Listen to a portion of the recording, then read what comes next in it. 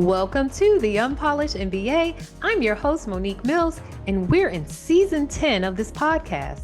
I'm excited to bring to you our Winter 2024 series called the Acquisition Chronicles, Real Stories, Hard Lessons.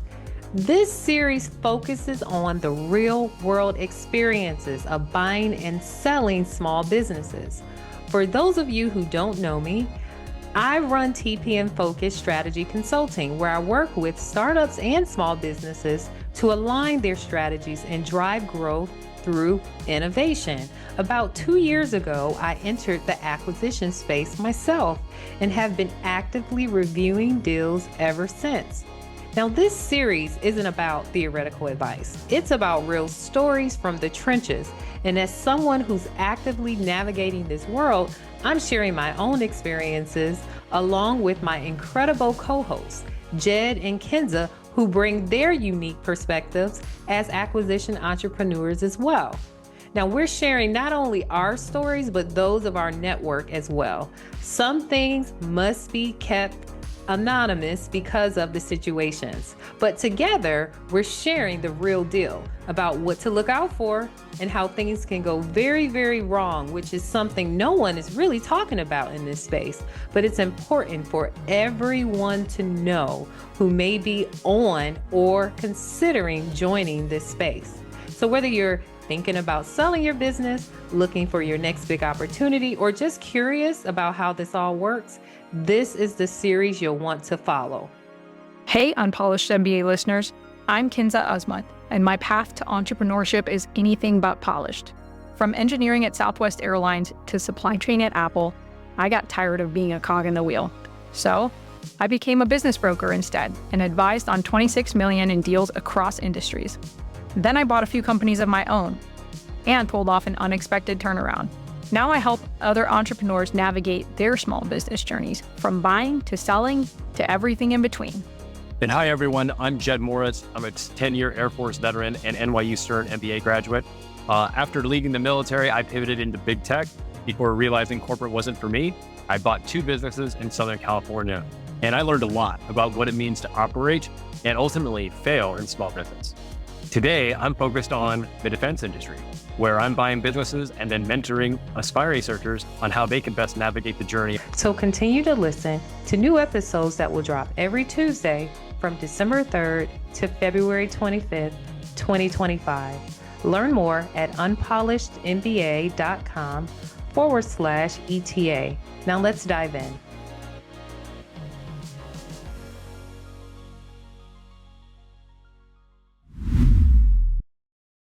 Folks that run out of money, right?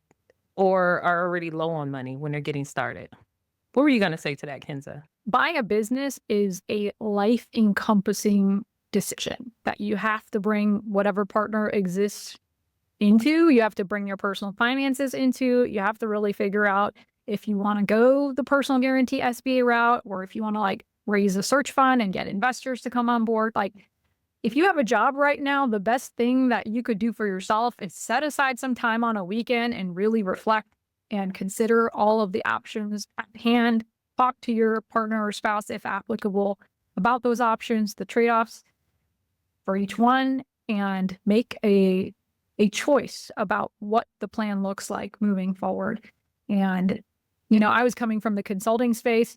I knew I had no time to do anything. I knew plenty of searchers in the consulting space who said they wanted to buy a business, and they also didn't have time because, they're trading their time for money, and that's why they want to get out. So the golden handcuffs were really tight. But if you've got a job where, if you really pushed yourself, you could wake up at, 5 a.m. and review some deals and knock out some things for a few hours. And then you had some time in the afternoon to schedule some seller calls. And if you felt like you could be responsive to brokers when they're sending you information and be able to get ahead of the curve and really respond, you might not need to leave your job at all, right? A job in this situation can be viewed as time taken away from you, but it's also freedom because you have income and you don't have the pressure to make something happen when it's not in your best interest to make it happen. And that's, we touch on the concept of getting a bad deal done is actually much worse than not doing a deal at all, right? It's better to just keep your sanity and not be in a bad deal because you still have freedom. You haven't exposed yourself to risk, and you're not about to go through one of the most painful experiences of your life. And speaking of the most painful experiences of your life, one of them that could be a potential outcome post-close is the business failing and the consequences of that taking really a domino effect to now your personal guarantee is at risk and bankruptcy. So we talk a lot about the deal team to put the deal together, but who is the team that needs to come together when that's the case? Most people don't have that team put together because they don't expect for that to happen. So then they may find themselves maybe reaching out to their existing team or attorney or whatever. An attorney will tell you, I don't know anything about that space. Perhaps I can refer you to. So you're going to have everyone who you trusted to help you get the deal done now referring you and can't help you, referring you to other resources. And most folks don't know who that should be and how to put that team together. Is it something they should already have? I just want to say this. When I was in the midst of my last deal, and as you guys know, I had to walk away from it about 3 weeks before closing because some things were found that would have been catastrophic to the business. And it required a retrade, and the seller didn't want to do a retrade. So I had to walk away after spending a ton of money. But one thing my advisor said to me, he said, Monique, everyone's pushing you toward that closing, but none of these people are going to be around. You're not even going to hear from them after you close. It's all going to be on you. So don't let their energy push you where you shouldn't be, right? And so even though I had already spent that money and I was this close and this and that, if there could not be a retrade, I could not do the deal. I don't care who was convincing me of such, because I know what it's going to cost me, just numbers wise. I know what it's going to cost me if I were to close it and that the business can't withstand that type of stress. I know it. So back to the question at hand, where do they even start? Should they put this team together? Post-close, who do they reach out to first? How does this whole process even start? Because as Kinza mentioned in the previous episode, the path to running out of cash is like a slow-moving train. So you guys have been through this. Please share your experience on having to go through that process, painful process. Okay, then I'll start. It is definitely a painful process. And I think this is an incredibly important topic to bring up, because throughout the ETA space, the one thing no one talks about is bankruptcy, is what happens when it fails. And it's really important because without having a thorough understanding of the risk involved in your business failure, then you're incapable of doing an actual risk analysis when it comes to doing a deal, because you're not taking everything into consideration.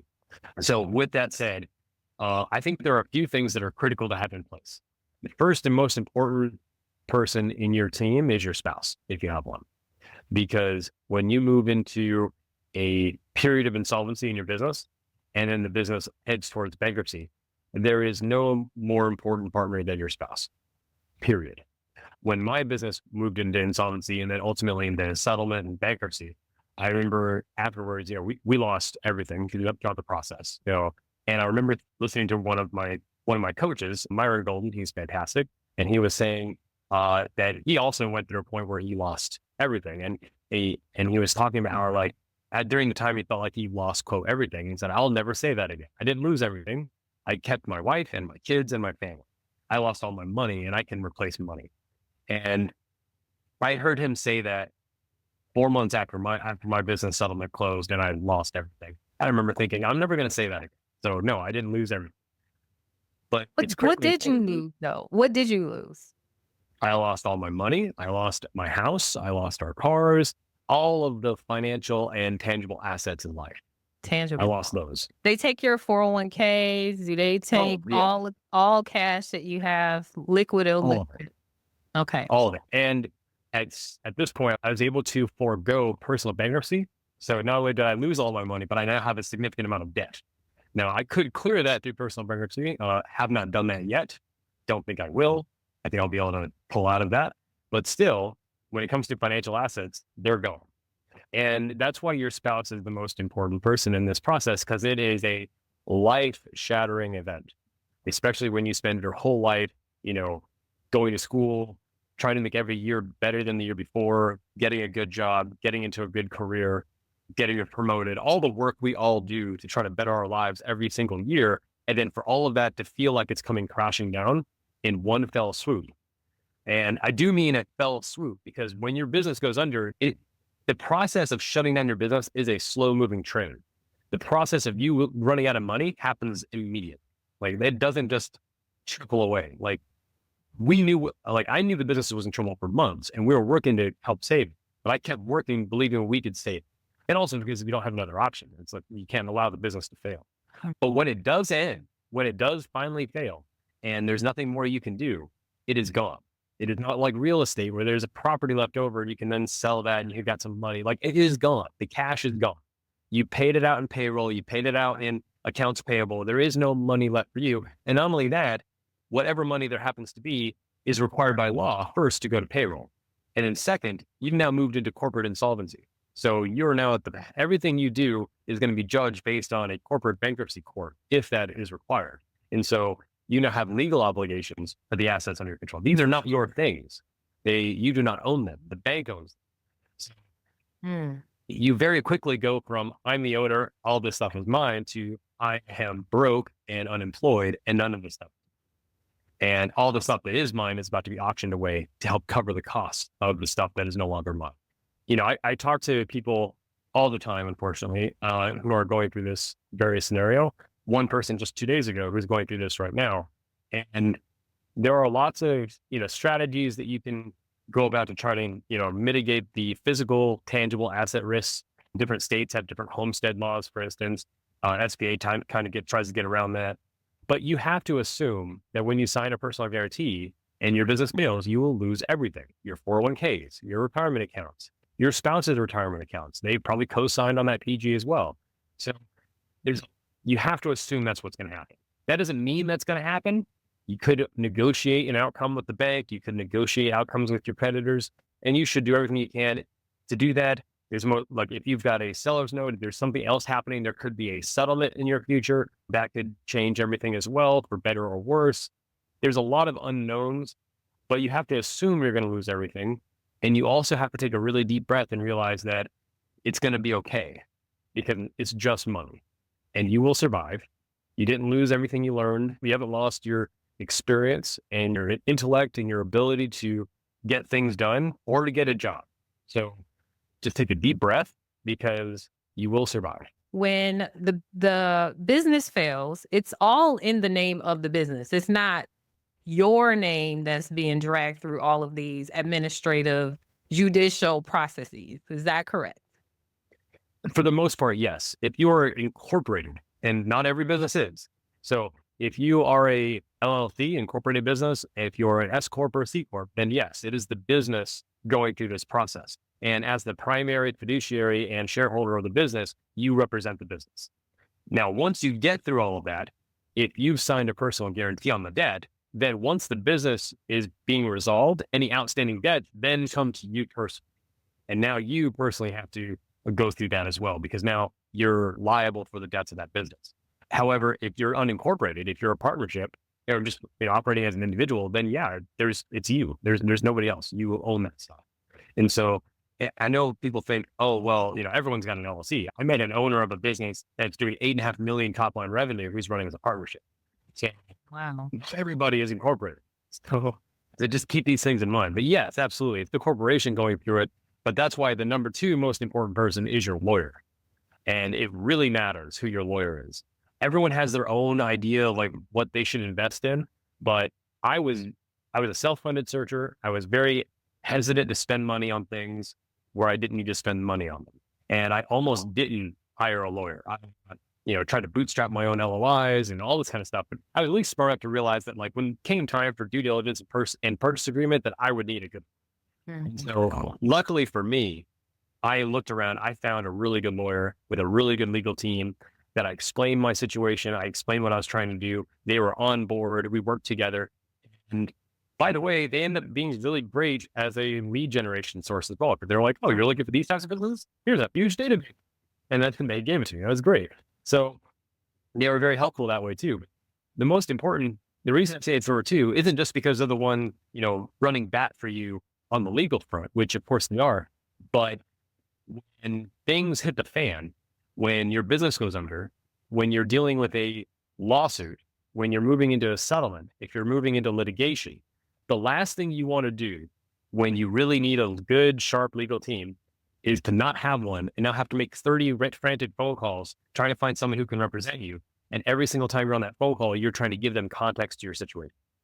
So when things went south for me, my legal team, who had helped me in the due diligence process, who stayed on as my corporate lawyer, I had made sure I knew I would need a lawyer. So I kept the relationship going with the lawyer. And then when things finally went south, within 24 hours, I let them know, hey, this is what's happening. This is where we're moving. This is the situation. I didn't need to give them context. Oh, and by the way, it looks like these types of litigation actions are about to take place. And within 24 hours, they had come back with a game plan and they were on top of it. They are moving forward to protect me and my family, our interests, and being very thorough and aggressive. And you need that. You absolutely need that. So that's why after your spouse, having a very good, competent attorney and legal team is by far the most important thing that you can have in your favor. And don't wait until you need them to get them, because you do not want to, I know for a fact that my legal team easily saved us 20 times more in settlement fees, in personal guarantees, in all kinds of monies that we didn't ultimately have to pay, more than what I ever paid them in a retainer or a fee. And we definitely paid them. So there's no higher ROI in my business acquisition journey so far than the legal team that I acquired. Wow. Thanks for sharing that. Kinza, how about you? I know you wanted to step in here. Yeah, Jed, thank you for sharing that story. I know it's going to be really helpful for people to listen to it as they're listening to this podcast. What homework can be done ahead of time, I think, is probably a key focus area. So before you start just submitting NDAs, before you start getting pre-qualified with lenders, let's go back to the attorneys. Go talk to two people in your state. Go talk to a bankruptcy attorney. Ask them, what is a personal guarantee going to do to me, right? They will actually retain them, right? Get their expertise. Have them look at your balance sheet. Have them look at your shared balance sheet. Are you a community property state? Are you a separate property state? I'm not an attorney. Go talk to someone who can tell you what a personal guarantee is going to do to you, right? Second person, I would talk to an asset protection attorney. Get their advisory on, hey, my spouse doesn't want they don't want to have anything to do with this. This business stuff is mine. How do we structure this in a way that honors my spouse's requirements and needs while I go acquire a business and tell me what to do, right? Those are the two places that I would start. Based on what these people say in your particular situation in your state, then I would go talk to lenders. Pre-qual with lenders based off of what advisory you have. If you decide that what a personal guarantee might possibly do to you is something that you want to move forward with, right? Fork in the road. You decide that you don't want to do this personal guarantee thing. There are other ways to get into this space. It's going to be a little bit harder. You would have to qualify to raise a search fund or gather capital and investors, have different financing structures. Personal guarantee is pretty much the name of the game, but there are ways to not have that on the line if that's a focus area for you. But really think about what you're putting out on the table when you go through that process. One minor tidbit on the lawyer piece, I think it's very helpful to have someone who's in your state throughout, right? Because there's so many distinctions across different states. You want someone who has contacts in your state in case you do have to pursue any sort of litigation. You want someone who has that knowledge and expertise relative to where you're located and your business is located. That can be super, super helpful. And then broadening that funnel back out of shit's gone down in your business. What do? The first person I would call is my lender. And hopefully you've been calling that person this entire time as you've been running into issues so that they can provide expertise. They're aware and updated. They can not give you, but you're going to have to ask them for cash. You're going to have to give them your turnaround plan. And thankfully, my background was in consulting. That was in the turnaround space. So I was calling my lender. I had a plan ready to go as soon as I knew that final shoe had fallen and that I was not going to make it. And then you have to sell yourself. You have to sell that plan and that you're going to make it happen. And, one piece we didn't necessarily touch on as much is the mental game part of this, right? Mm-hmm. Banks want us to have personal guarantees, to have skin in the game. There are people who naturally just have skin in the game with or without a personal guarantee. I will not go down without a fight. I will not go down without 200 fights. And so when I share my story with people and how we were able to, turn around the company and transition to the operator and all that good stuff, they're like, wow, how did you get the mental fortitude and resilience to make that happen? And I will tell you, it was not pretty. It was not easy. You will go to some very, very dark places, and that's stuff in your brain where the darkest stuff comes out, and you have to sort through that as a human being, and no one can do that homework for you. So business ownership can be really challenging, and it's a spiritual process, and it's also one of the most gratifying things that you can do as a human being. There's probably not very many things that come close to what entrepreneurship can really do for you. So there are the pros, there are the cons. Going in with eyes wide open is a super smart decision for anyone who decides to go down this path. Or if you don't decide to go down this path, great, right? Like your W-2 might actually be the most freedom that you could possibly have. In this day and age, and it has been for a while now, everyone prescribes entrepreneurship for work dissatisfaction, for dissatisfaction with everything, working from home, like returning to office. Oh, you don't want to do that? Do entrepreneurship. And that's really not the answer to everybody's, challenge with the workforce. Not everyone has the ability to do a personal guarantee because they don't have any assets.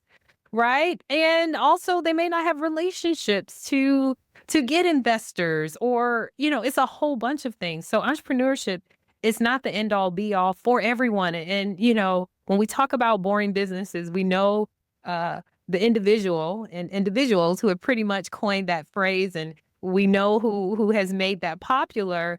But it's not about boring businesses. It's like, what do you want to do? Like we keep removing the individual, the human aspect of this. You're still a person. You still have desires and needs, and you need to be happy, and you need to be motivated and engaged, and you have employees, and the list goes on and on and on. It's not just about a boring, quote unquote, easy business, because one thing that's not easy is bankruptcy, right? Like whatever the process or whatever the consequences are of a business failing, because not necessarily something you did wrong, right? But just overall, if anything was to go wrong with the business, is your heart in it to even see it through?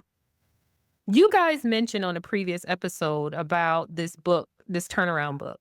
Can you guys mention that book again? And I remember Jed said, I wish I had this book, when I was operating. Yeah, it's by a man named Jeff Sands, Corporate Turnaround Artistry.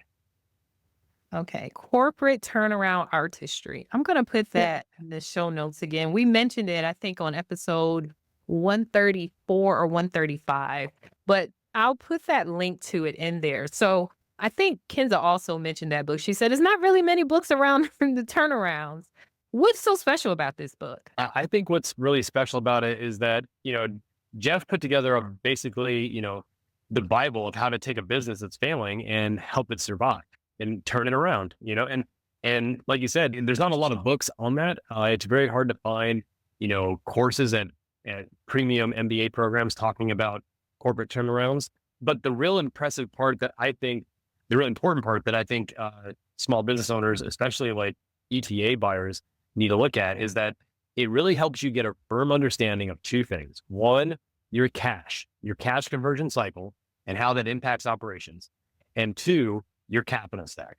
And if you understand those two things, you realize just how resilient a business really is, how much damage it can really take before it finally fails, and how much autonomy and agency you have as the owner to make real change. And I mentioned how I read this book after my business failed. And I remember reading it, and it almost felt like therapy to me, because it felt like Jeff was describing as if he was describing the situation as if he was sitting in the seat next to me when my business was failing. And I remember feeling, I'm an action kind of guy. I like to move quickly. I like to, make decisions and move.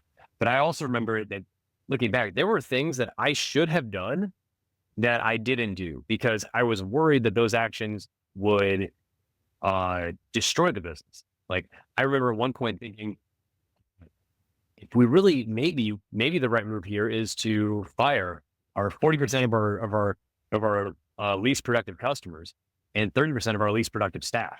If we did that, our margins would improve this much. Yes, we'd scale back, but then it would allow us to actually drive our best customers, and then, try to give ourselves a chance to dig out of this pit. And I remember thinking, I don't know if the business can handle it. Maybe the relationship issues would come up, like all kinds of, I was scared. And looking back at it, and as I'm reading this book, I realized that I was scared because it was the first time I'd ever been in that situation. First time I'd ever been in the operator seat, facing those types of decisions where each one of them, am I going to be the surgeon who cuts into my business and, amputates an arm or a leg trying to save the whole thing? Or am I going to keep this thing together and, try to save it as one piece? And I didn't know what the right move was because I had never done it before. And this is what Jeff does for a living. And in his book, he details how he does it, why he does it. And I remember looking at that thinking, wow, not only should I have made that surgery, it should have been bigger than what I was considering. The business definitely could have survived. I could have done that if I had known, and if I had had just a little bit more courage in the moment. And I don't know if the business would have survived if I had made different moves, now that I know different things, but it didn't now. So what's the harm that would cause if I try? What's the harm in trying to save your business by firing half your staff and pivoting your business model and being aggressive with it if the whole thing's going to fail and everyone loses their jobs anyway? So anyway, getting back to the main topic, the book is fantastic. It really helps you understand your cash conversion cycle, how important that is, the things that you really can push on and the things that you can't push on, and how hard you can push. And then also your capital stack and understanding who really has the power and the authority in the debt stack of your relationship, you and the bank and your suppliers and your vendors, and how you can manage and navigate those relationships when your back's against the wall. And so I think it should be required reading for small business owners, especially buyers. Before they buy. Absolutely, before they buy. Like so many things, you won't understand it until you're actually in the seat, but it will help you because you'll learn, and then you'll think, oh, I'm experiencing something. I remember reading this in that Jeff Sands book. I'm going to go look at it again, because at least you'll be aware of it, and you'll be aware that that's a thing and a resource for you that you can then reference in the future. Because our biggest hindrances aren't the things that we're not good at, it's the things we don't know about. And if you don't know about it, then it can't help you at all. I'd recommend reading it just to get an edge, right? Because, we talked earlier about having to build attorney relationships from scratch versus having an attorney in state who you can just call up and they can refer you to a litigator in the state. Every second really does matter in a turnaround.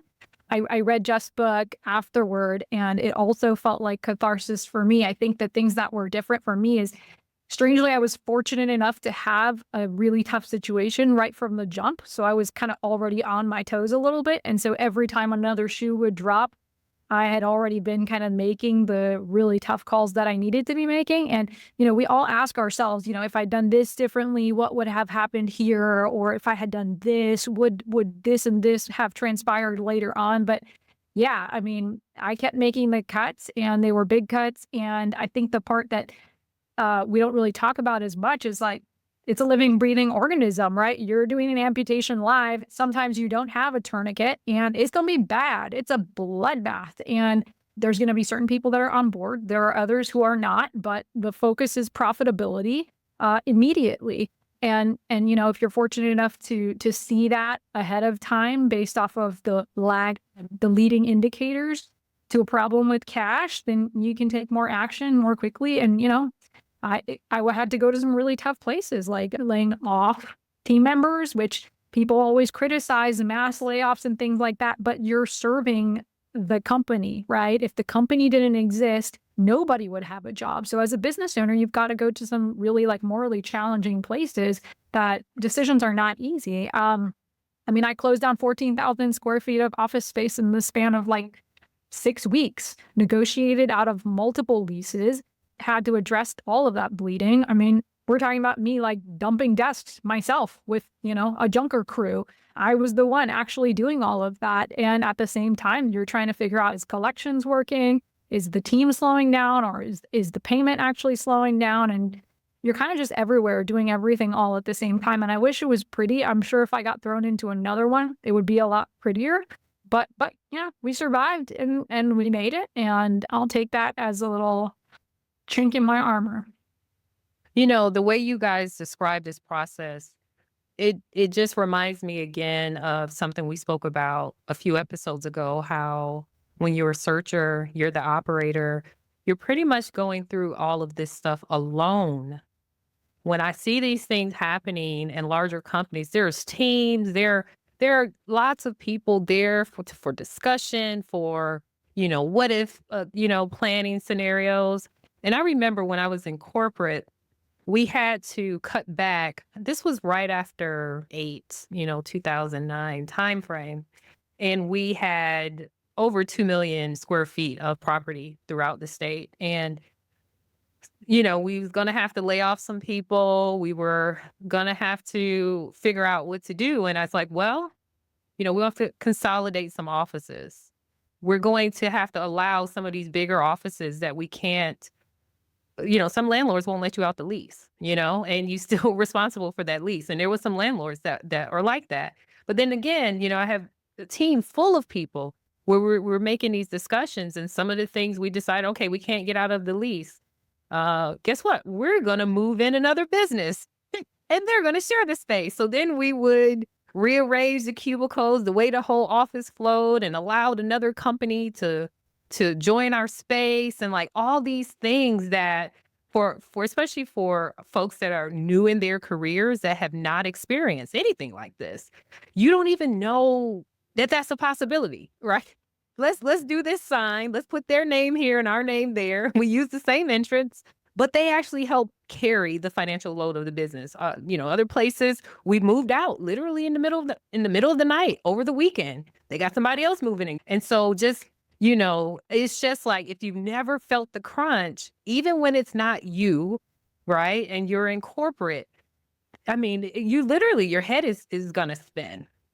And so it's no way to like prepare for that, but also it is a way to prepare for it. Pay attention. Listen to these podcasts. Listen to when things don't always go right and the possibilities. Read the books we're recommending. One book I want to talk about, because we're talking about how everyone thinks entrepreneurship is the prescription for work dissatisfaction, lack of, being able to find a job quickly, things like that. I don't believe that. It's helpful. Definitely. It's another tool that we have in this great capitalistic country we're in, but it's not for everyone. There's this book I've been reading called One Day I'll Work for Myself. And the author is Benjamin Waterhouse. Has anyone heard of that book before? No, I haven't. You can get it from the library. I think the book is actually kind of old, especially if you can get it from the library. But it's called One Day I'll Work for Myself. And he talks about the historical context of entrepreneurship and how now it's being pushed as the prescription for everything. And it's a way to build wealth and all. Surely it is. But he also pointed out how if you think about like our country in comparison to countries where entrepreneurship is the main source of income for other countries that are, let's say India, or ones that aren't as developed as ours in capacity. And it creates in our society this type of individualism that we weren't really founded upon. And so it's like we're all still trying to figure out how to do it alone because that's not the foundation. That's not how we created this economy. When people were dissatisfied with work, they would lobby and petition and, do marches and all this to get better work conditions, to get fairer pay, now people are just like opting out and trying to figure out on their own. And his book basically talks about not necessarily one way is better than another, but he does mention how, and this is the part most people aren't going to realize,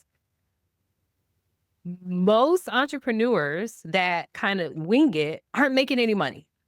They actually would make more money if they had stayed and had more stability had they stayed in their W-2 or working for someone, and just kind of folks like advocate and keep advocating for themselves and for the group to have a better, work environment, work circumstances, or what have you. So we're in this time of return to office. I see a lot of people quitting their jobs because they don't want to return to the office. If you guys had to choose between keeping your job and returning to the office, would you do that, or would you pursue ETA, acquisition? I'm going to jump in real quick. We talked about this with Mike Binger on a previous episode too, where the vast majority of businesses are unsellable. So they are owner, operator, person doing the work. I've seen the numbers as a business broker myself. A lot of them are not profited what, I or someone would be able to earn in a W-2, right? And so this goes back down to two things, I think. One is, what are you becoming an entrepreneur for, right? If it's for these, this rosy picture of perfection, I'm going to build my own schedule, I'm going to have just as much money, freedom, I'm going to golf on Fridays, probably not going to get there right from the jump. It's going to take a lot of time. It's going to be a lot of hard work. That work is going to be incredibly gratifying, but also incredibly terrifying. And most of the time it's going to suck. Every once in a while, there's going to be a win and you're going to get the energy to keep going. That's what entrepreneurship feels like to me. I love it. It's great. It's my thing. Other people are doing this for wealth creation, wealth generation. Do you have to acquire a company to generate generational wealth? In my opinion, no. I mean, there's so many other ways to do this. You can continue working a job. You can work at a startup, get some equity. You can take the savings and start investing it in companies, spread your chips across a lot of different companies, create returns that are 3, 4, or 5x the market. So it's not the only way to create generational wealth. You don't have to own a business. In fact, Charlie Munger, investor, right? All the business stuff he's been doing is purely from an investment perspective. He didn't create any businesses of his own. He's invested smartly. So there's plenty of ways to do that. The second question you asked, would I be an entrepreneur or go into a W-2? I know what side I'm picking. I'm an entrepreneur. I can't be controlled, and I have a lot of issues with defined pathways that people tell me to take. So I know which side I'm at. But if someone's making that choice for themselves, it's probably a good question to ask. But what's your earning potential? This is super silly of me as an MBA to do, but run an NPV analysis and figure out how much money and outcomes you really need to look at your finances, right? If you can get by with 200 to 400K as a family and invest in lots of different things and vacation, and you've got healthy boundaries with yourself, your work, your employer, they respect you, you don't get calls at 9 p.m. because things are crashing. That seems like a pretty ideal situation to me, because you can spend time with your family and vacation and call it a day. That's actually freedom. When you've created boundaries with work, is freedom. Well said. How about you, Jed? I'd agree with a lot of what Kinza just said. And my opinion on this has changed a lot. And I think it will continue to change. How so? I think that it really depends on the individual, because being successful in entrepreneurship, what I've seen so far, requires someone who, well, first and foremost, is okay with rejection, lots and lots of rejection. And you have to be excited about the potential of sales, not just okay with sales. You have to be excited about it. And you have to be somebody who's really good with people and is willing to take action in areas where other people are not taking action. And that's not everybody, and that's okay. And more so than that, you have to be willing to take what others perceive to be a ridiculous amount of risk. And I say perceived because risk is almost always a perception. What is risky for you may not be risky for me. There's not an objective measure of risk. It really just depends on what you're looking for and your ability to sleep at night. It is a completely different animal when you operate a business and you are up at night wondering if payroll is going to clear. That is completely different. than, like, oh, I'm hustling right now and I put in 50 hours of work at the office and they just won't, I can't, it's hard for me to get away to be able to do the things I want to do. That's a completely different conversation than, making payroll and keeping our business alive, or coming up with some sort of new product or service that's going to enhance profitability, or finding a way to, be more efficient and, cut costs. And it's a completely different game. And so I used to think that entrepreneurship was for everybody. And now I think that while it's something that everyone is capable of doing, I'm not convinced, and I no longer advocate everyone to go and do it. I would say that, like, if you have the itch and you wanted to give it a shot, then absolutely try. Because one thing I have learned is that the barrier to entry is almost non-existent. If you can sell, and which is physically open your mouth and talk about something to get someone else to pay you money for it, like if you can do that, then you can be successful, regardless of whether or not you have your own W-2. And that's one of the things I've seen a lot, with the exploding the internet and all of the tools available to you. Like, there is no excuse not to be able to try to find your own offer and sell it. And so you can do that. But the idea of, like, quitting everything and everyone should quit their corporate jobs and everyone should try to, buy a plumbing business is just ridiculous. Anyway, it's very specific to the individual. Different people like different things. Different people are comfortable with different types of risks. And again, like I said before, like when you're looking to buy a business, what's the end goal? Like, what's the end state? I don't really think it matters so much about whether or not you own your own business or how you make your income. I think it matters more about, have you decided what your end state and what your goal life looks like? And are you working backwards from that to achieve it? And if you haven't done the hard work to do that first, then all the other stuff is just tactics and you're just wasting your time. So if you don't know how much money you need every month to live the life of your dreams, then you should probably figure that out. And if you don't know where you want to live, then you should figure that out too. And if you know what kind of work you want to do, you should figure that out. I mean, all of these things are just tactics to get you to where you want to be, because you can be just as miserable as a small business owner as you can be in middle management in a Fortune 500. So with that, Jed, I know you have an announcement for something new that you're launching for folks. So especially those who are trying to make some decisions, right, on where they go next. So share a little bit about what you're doing. Yeah, I've decided, like everyone else, I guess, in the world, to launch my own podcast. The theme of that is going to be agency. It's going to be identifying, what it is inside of you that you really want in life and how to pursue it. A lot of that is going to be based on my own experiences as an Air Force veteran, moving into an MBA program, working in big tech, working in corporate, buying my own business, seeing that fail, doing my own entrepreneurial endeavors now. And so there's a lot of random experiences there that I draw from. But one thing that I found to be really important is agency. And the reality is that, like I said before, the barriers in front of you don't really exist. They're just, a lot of times they're just fear. Mm-hmm. And what I found is that the things that you really want to make happen are absolutely possible. It's just you're unaware of the solution and you haven't taken the time to really think about what the end game looks like. And I'm excited about it. I've already got a lot of people signed up to be guests, which is going to be great. Especially a lot of veterans who are really just crushing it. Several entrepreneurs, several people in corporate America who have really done a fantastic pivot into some interesting careers, and other people who are just who started nonprofits and things of that nature.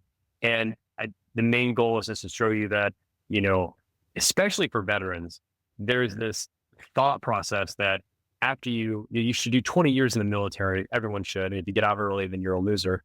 And then when you do get out, you should go work for a defense contractor or as a government employee for another 20 years and live on your pension.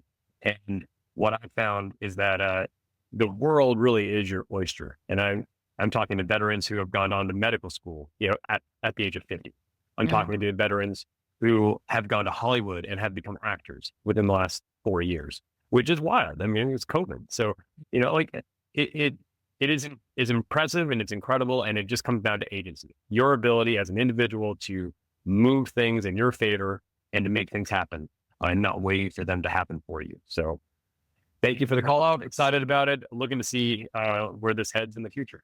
That's exciting. So we'll link to it in the show notes. So folks, it's been an incredible episode. And this whole journey with recording with Jed and Kinza has been just an honor. And I can't think of two other entrepreneurs that I have the amount of respect for of their journey as these two. So I want to thank you guys so much.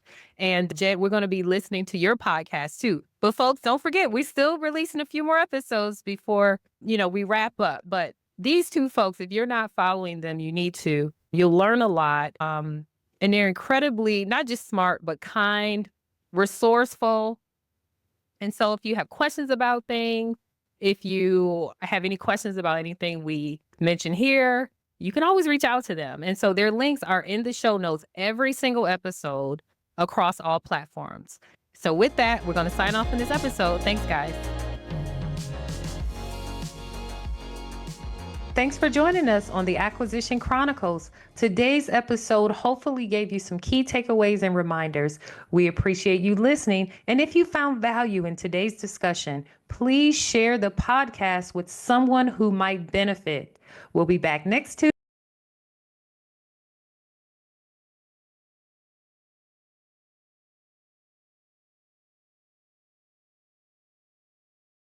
Thank you for listening to the Unpolished MBA podcast. To hear more episodes or to request to become a guest, please visit unpolishedmba.com.